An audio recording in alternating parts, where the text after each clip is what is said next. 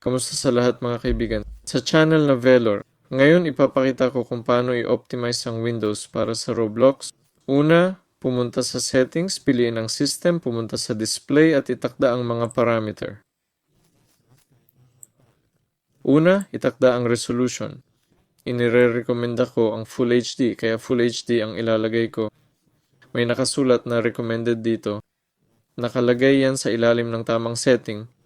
Susunod, pumunta sa Advanced Display Settings at piliin ang Hertz na kailangan. Oo, piliin ang pinakamataas na value. Meron din akong pangalawang monitor, pwede ring pumili ng ibang value. Pero, syempre, gusto natin ang pinakamataas na value. Susunod, i-off ang pointer precision ng ating cursor. Para dito, lumabas muna tayo at kailangan natin ng mouse settings. I-type ang mouse o piliin dito yung precision o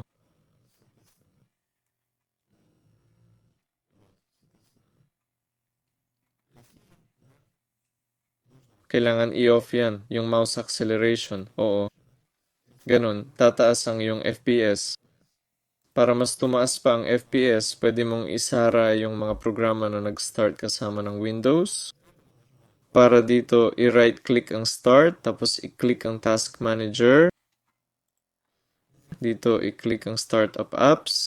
Tapos dito, i-recommend ko na i-disable yung karamihan ng mga proseso. Oo, i-disable. I-right click mo lang, tapos i-click mo yung disabled. Ganyan, parang ganito. Susunod, i-check natin yung settings ng video card.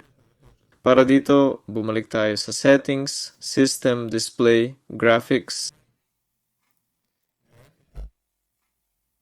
Tapos, nandito lahat ng iyong mga applications. Dito, hanapin natin yung Roblox sa listahan. Oo, Roblox. Wala lang ako ng Roblox sa computer ko ngayon, pero dapat nandito.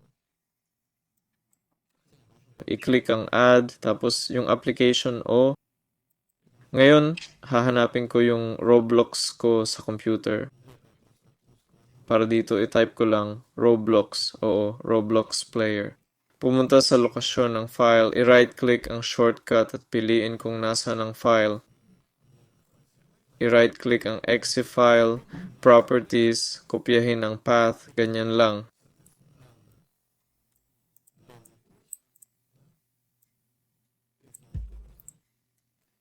I-paste dito. Piliin ang Roblox Player Beta at i-click ang Add. Tapos na. Tingnan nyo, lumabas na ang Roblox client dito. I right-click, pili ng High Performance at ang iyong video card para sa pinakamataas na performance. At iyon din ang optimization para sa windowed mode.